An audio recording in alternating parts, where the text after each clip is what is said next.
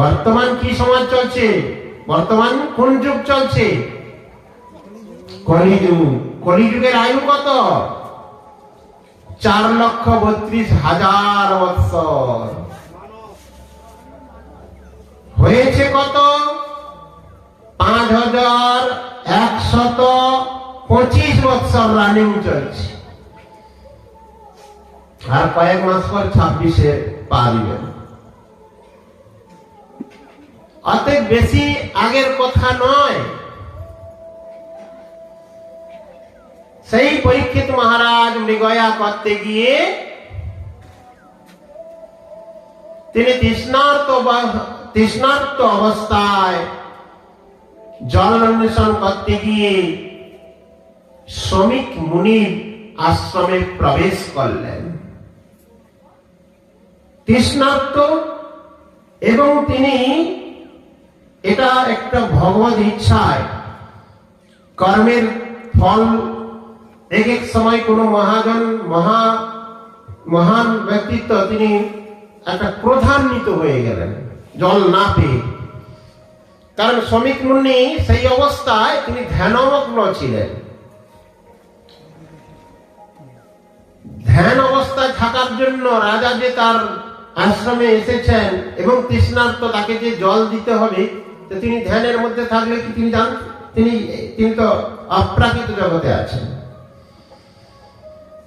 তার স্বাভাবিক তিনি সাধনের মধ্যে আছেন। কিন্তু রাজা একটা আত্ম অহংকার, অভিমান, অনেক সময় জ্ঞানীমান ব্যক্তিকেও পথভ্রষ্ট হয়ে যায় অভিমান, অহংকার।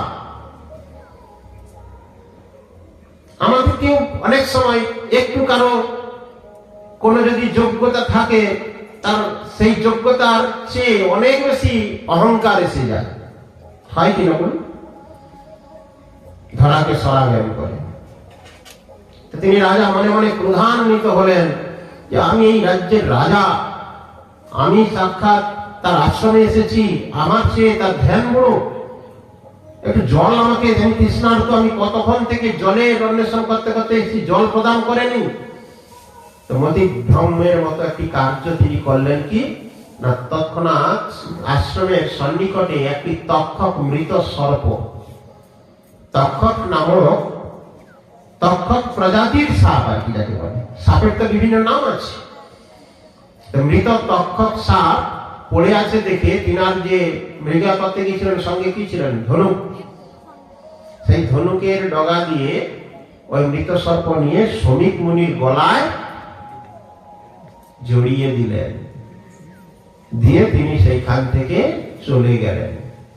তৎক্ষণাৎ তার মনের মধ্যে চলে গিয়ে যখন তিনি রাজ পরিবারে ফিরলেন, অর্থাৎ কি বলে রাজার রাজপ্রাসাদে ফিরলেন, সেখানে গিয়ে মনে মনে চিন্তা করছেন, আমি যে কার্য করেছি এটা আমার সঠিক হয় নাই। আমি ক্রোধের বশবর্তী হয়ে, অহংকারের বশবর্তী হয়ে এই কার্য করা আমার উচিত হয়নি, আমি অপরাধ করেছি। তৎক্ষণাৎ অহংকারচ্ছন্নে কাজ করলেও তিনি তো জ্ঞানীবান ধর্মাত্মা, তিনি মনে মনে খুব নিজেকে ধিক্কার দিচ্ছেন আর লজ্জিত এবং চিন্তা করছেন, আমি তো অপরাধ করে ফেলেছি। এদিকে সেই শ্রমিক মুনির পুত্র, নাম কি সিঙ্গি, বালক, ঋষি পুত্র কি ঋষি তো হয়, তিনি বালকদের সঙ্গে খেলা করছিলেন। আশ্রমে এসে দেখলেন যে তার পিতার গলায় একটি মৃত সর্প জড়ানো আছে। তখন তিনি ক্রোধান্বিত হয়ে, কে দুষ্কর্ম করেছে, এত বড় স্পর্ধা,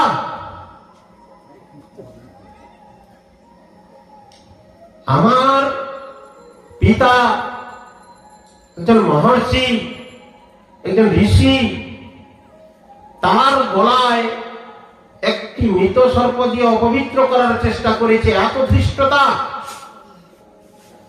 তিনি ক্রোধান্বিত হয়ে কি করলেন, অভিশাপ প্রদান করলেন আজ হইতে 7 দিনের মাথায় এই তক্ষক দর্শনে তার মৃত্যু হবে। প্রধানিত যখন অভিশাপ দিলেন তখন শ্রমিক মুনি তিনি তার ধ্যান ভঙ্গ হয়ে গেল এবং খুব লজ্জিত হয়ে শ্রমিক মুনি তার ছেলেকে ধিক্কার জানাচ্ছেন, কি করলে তুমি? তিনি তো ধ্যান অবস্থায় থাকলেও তিনি তো সর্বদ্রষ্টা, তিনি তো সবকিছু জানতে পারেন। তিনি জানতে পেরেছেন যে আমি খুব পরে ধ্যান ভঙ্গ হওয়ার পর তিনি কি বিষয়টা তিনি যখন ধ্যানের দ্বারা জানতে পারলেন, সিংহীকে ধিক্কার জানাচ্ছে, তুমি একই কার্য করলে, দোষটা তো আমাদেরই। তুমিও আশ্রমে নেই, আমিও ধ্যান অবস্থায়, একজন তৃষ্ণার্ত অতিথি এসেছে, তার সৎকার আমি করতে পারি নাই, এ দুর্বলতা, এটার জন্য দায়ী আমরা। তুমি সেটা না স্বীকার করে তুমি কিনা একজন ধর্মাত্মা রাজাকে অভিশাপ দিলে। কিন্তু বাক্য বাণ এগুলো কি বেরিয়ে গেলে আসবে ফিরে? তৎক্ষণাৎ শ্রমিক মুনি কি করলেন, তার এক শিষ্যকে দিয়ে এই বার্তা রাজার কাছে পাঠালেন যে আজ থেকে 7 দিনে তক্ষক দংশনে তার মৃত্যু হবে, এই সংবাদ প্রেরণ করলেন। তো রাজা খুব দুঃখান্বিত হয়ে এদিকে চলাফেরা করছেন, সেই অবস্থায় শ্রমিক মুনির এক শিষ্য এসে জানালেন। তখন পরীক্ষিত মহারাজ বলছেন, ভালো হয়েছে, আমি যেমন কর্ম করেছি তার উপযুক্ত ফল ভালো হয়েছে, তবে আমাকে এখন চিন্তা করতে হবে এই 7 দিনের মধ্যে আমি উদ্ধার হব কি করে। এই 7 দিনের মধ্যে আমি উদ্ধার হব কি করে, ভগবত চরণ পাবো কি করে। তাই 7 দিনের মধ্যে ভগবত চরণ পাওয়ার, আমরা তো কবে থেকে ভজন করছি, আমরা তো গুরুপাদ পদ্ম আশ্রয় করেছি, বিবিধ ভজনাদির মধ্যে ব্যস্ত আছি, কিন্তু কতটা ভাবে এগিয়ে যাচ্ছি, কিভাবে ভজন সাধন করছি। কিন্তু পরীক্ষিত মহারাজের দৃঢ় সংকল্পিত হলেন যে আমি এই 7 দিনের মধ্যে ভগবানকে লাভ করব। তার উপায় কি? এর উপায় জানার জন্য তিনি চতুর্দিকে মুনি ঋষিদের কাছে ছুটতে ছুটতে যখন তিনি কোথায় গিয়েছিলেন,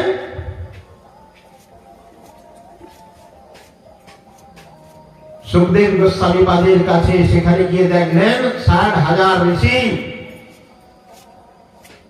ভাগবত কথা পূর্বে মুনি ঋষিরা বিবিধ যজ্ঞানুষ্ঠান আদি করছেন, কিন্তু সুখদেব গোস্বামী পাদ যখন আসলেন তখন সবাই নিজেদের স্থান ত্যাগ করে তাকে অভ্যর্থনা জানালেন। তখন পরীক্ষিত মহারাজ মনে মনে ভাবছেন, এত বয়স্ক ঋষি মুনিরা, এনারা যদি এই অল্প বয়সী একটি সন্তান, মুনি, একজন সাধক, তাকে দেখে সবাই সম্মান করছেন, তাহলে ইনি শ্রেষ্ঠ। তাই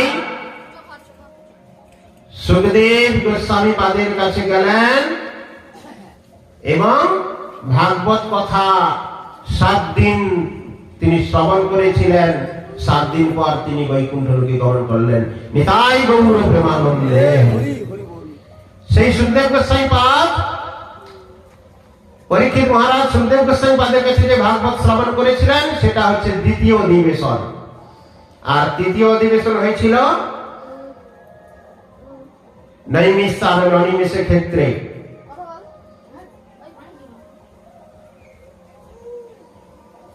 সুখদেব সেখানে সুত গোস্বামী পাদ এবং সৌনকাদি ঋষিগণ শ্রবণ করেছিলেন। তাই হিরণ্যাক্ষ পদং যাবৎ প্রথমে অনিকীর্তয়েৎ চরিতং ভারতস্যপি দ্বিতীয়তে মথনং চ অমৃতস্য যত্র কুর্ম স্বয়ং হরি চতুর্থ দিবসে চৈব দশমে হরি জন্মশ্চ পঞ্চমে তু রুক্ষ্মণ হরণাব্দি ষষ্ঠে তু উদ্ধব সংবাদ সপ্তমী তু সমাপয়েৎ।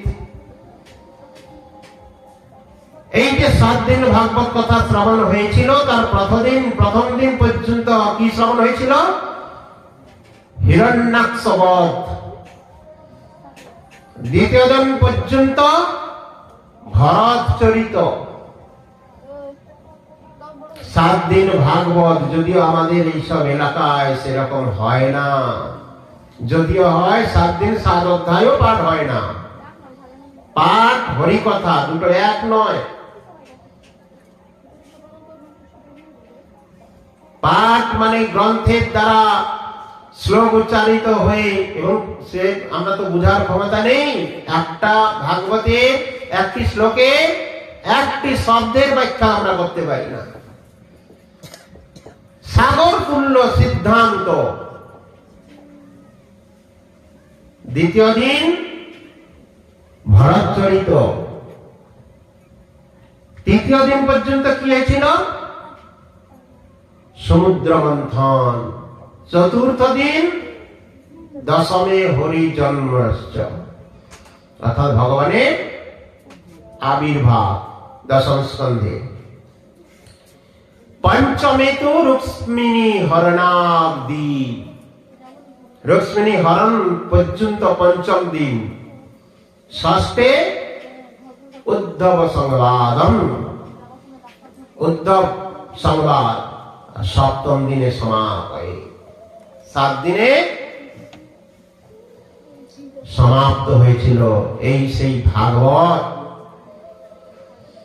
সেই ভাগবতের প্রথম স্কন্ধে বলেছেন, অনর্থ উপশমং সাক্ষাৎ ভক্তি যোগম অদক্ষদে লোকস্য জানত ব্যাসস্য চক্রে সাততং সংহিতায়ং যস্तं বৈ কৃষ্ণে পরম পুরুষে ভক্তিরুৎপদ্যতে পুংসাং শোকমোহ ভয়াবহা।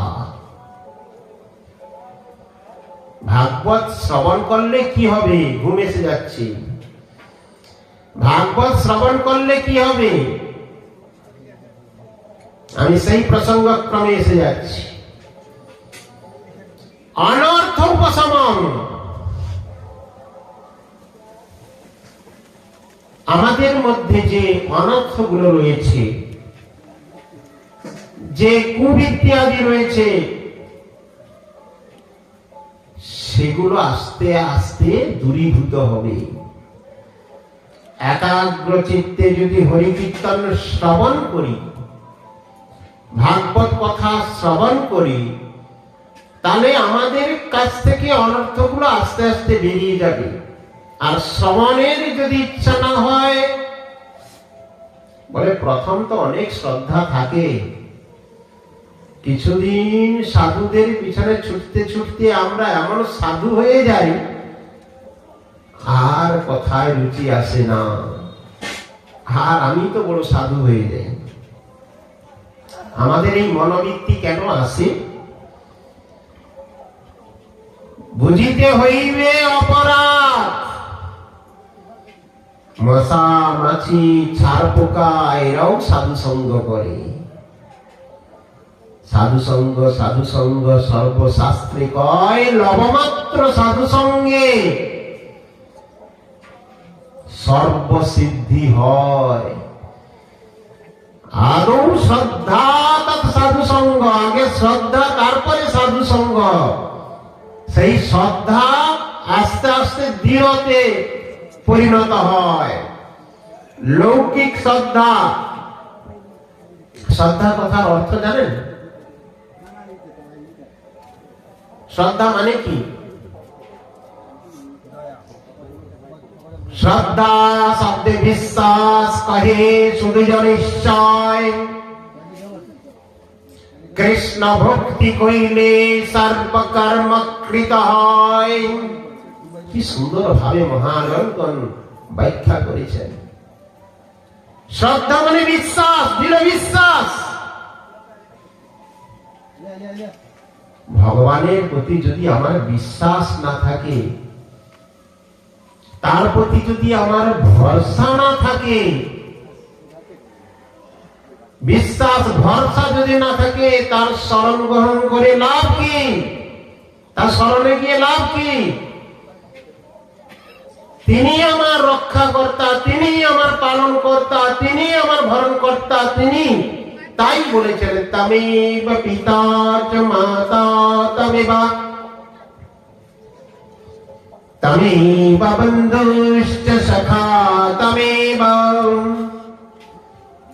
তমেব বিদ্যান দ্রবিণ তমেব তমেব সর্বমম দেব দেব।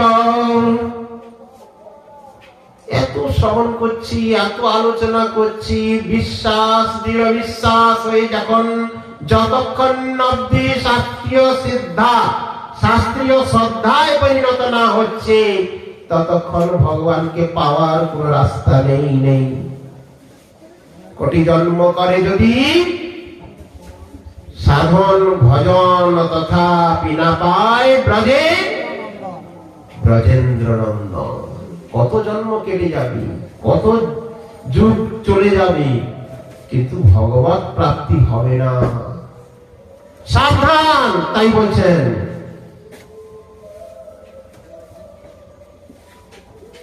ভগবত বিশ্বাস সাধন এগুলোর দ্বারা আমাদের আস্তে আস্তে আগাতে হবে। তাই ভাগবত বলছেন অনর্থ উপশমন। আপনার মধ্যে যে কুবৃত্তি আদি রয়েছে, কুপ্রবৃত্তি আদি রয়েছে, এগুলোকে দূরীভূত একমাত্র ভাগবত কথায় দূরীভূত হবে। অন্য কোনো রাস্তা নেই, অন্য কোনো উপায় নেই। তাই একাগ্র চিত্তে ভাগবত কথা শ্রবণের বিধান দিয়েছেন। আর ওই জায়গায় সমস্যা। আজকে দেবাশিস বাবু অনেককে আমন্ত্রিত করেছেন, কিসের জন্য? এক নামামৃত, দুই হচ্ছে অধরামৃত, দুটা অমৃত তুলে দেওয়ার জন্য। কিন্তু নামামৃতে উপস্থিত নেই। কেন না? ভাগবত কথা শ্রবণ করলে যে আমার মঙ্গল হবে, আমি উদ্ধার হয়ে যাব। কলিযুগের আর কোন রাস্তা নেই। জপ ধ্যান তপস্যার কোন স্থান নেই। আমাদের তো ঝুড়ি ঝুড়ি পাপে পরিপূর্ণ। আমাদের অনর্থ ঝুড়ি ঝুড়ি রয়েছে। ভাগবত তাই বলেছেন সাধু সঙ্গে কৃষ্ণ নাম এই মাত্র চাই, সংসার জিনিতে আর কোন বস্তু নাই। আর কি বলবে শাস্ত্র? সাধু সঙ্গে কৃষ্ণ নামের কথা বলেছেন।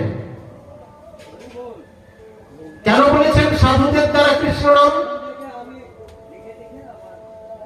অসাধু সঙ্গে ভাই কৃষ্ণ নাম নাহি হয়, নামাক্ষর বাহিরায় বটে তবু নাম কভু নয়। কভু নামাভাস সদা নাম অপরাধ, এসব জানিবে ভাই কৃষ্ণ ভক্তির বাত। আমরা জ্ঞান পাপী হয়ে গেছি, সব জানি, সাধু সম্মেলনে আসি না, সাধুর সমাগম আমরা করতেও চাই না। আমরা সব সময় মন যেখানে চায় সেটা ধর্মাধর্ম বিচার না করেই আমরা চলে যাই। তারপর অর্থ উপশমন সাক্ষাৎ ভক্তি যোগং, সাক্ষাৎ আপনি ভক্তি লাভ করবেন ভগবানের চরণে। অনর্থ উপশমন সাক্ষাৎ ভক্তি যোগম লোকস্য দানত ব্যাসস্য চক্রে। এই জগৎবাসী কি করে জানলেন? ব্যাসদেবের কৃপায়। সাততং সংহিতায়াং নিত্য শাস্ত্রত সনাতন শাস্ত্র, নিত্য শাস্ত্রত ভগবানের গুণ মহিমা, ভগবানের কীর্তন পূর্ণ রূপে বর্ণিত হয়েছে শ্রীমদ্ ভাগবত। সেই শ্রীমদ্ ভাগবতের প্রশ্ন কটা? মাত্র ভাগবতের 6টি প্রশ্নের উত্তরে 18,000 অষ্টাদশাহস্র শ্রীমদ্ ভাগবতাভিধা 18,000 শ্লোকের দ্বারা বর্ণিত হয়েছে। 6টি প্রশ্ন কি বলুন তো? 1 নম্বর প্রশ্ন করেছিলেন মানবের ঐকান্তিক শ্রেয় কি? 2য় নম্বর প্রশ্ন হয়েছিল আত্মার প্রসন্নতা কিসে হয়? 3য় নম্বর প্রশ্ন হয়েছে বাসুদেব চরিত।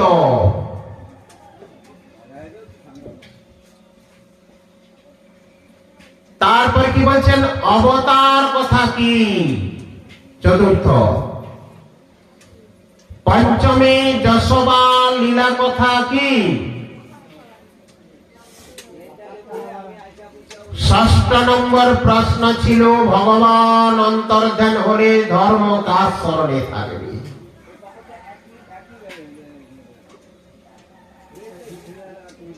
আমরা কালকে যে শ্রবণ করেছিলাম সেই আত্মার তত্ত্ব আপনারা উপলব্ধি করেছেন? যারা এসেছিলেন বলুন। আপনার শরীরে যে একটি পাওয়ারফুল বস্তু রয়েছেন যাকে আত্মা বলে শাস্ত্র অভিহিত করেছেন,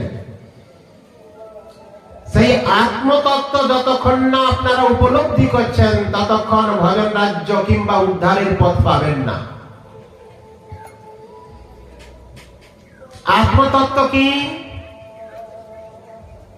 কালকে ব্যাখ্যা করতে গিয়ে সময় হয়নি, সে বিষয়ে একটু বলছি। দেখুন, অল্প সময়ে কারো হয়তো বুঝতে অসুবিধা হচ্ছে, বোঝার চেষ্টা করুন, একাগ্রভাবে শ্রবণ করুন, ভগবত কৃপায় নিশ্চয়ই বুঝতে পারবেন। শ্রীমদ্ ভাগবত গীতার 2য় অধ্যায়ের সাংখ্যযোগে বর্ণিত আছে আত্মতত্ত্বের কথা বলতে গিয়ে বলেছেন কি বসংসি দীনান যথা বিহায় নগানি গৃহ্ণাতি নরূপরাণি তথা শরীরানি বিহায় জীর্ণ ননানি সংচাতি নবানি দেহি।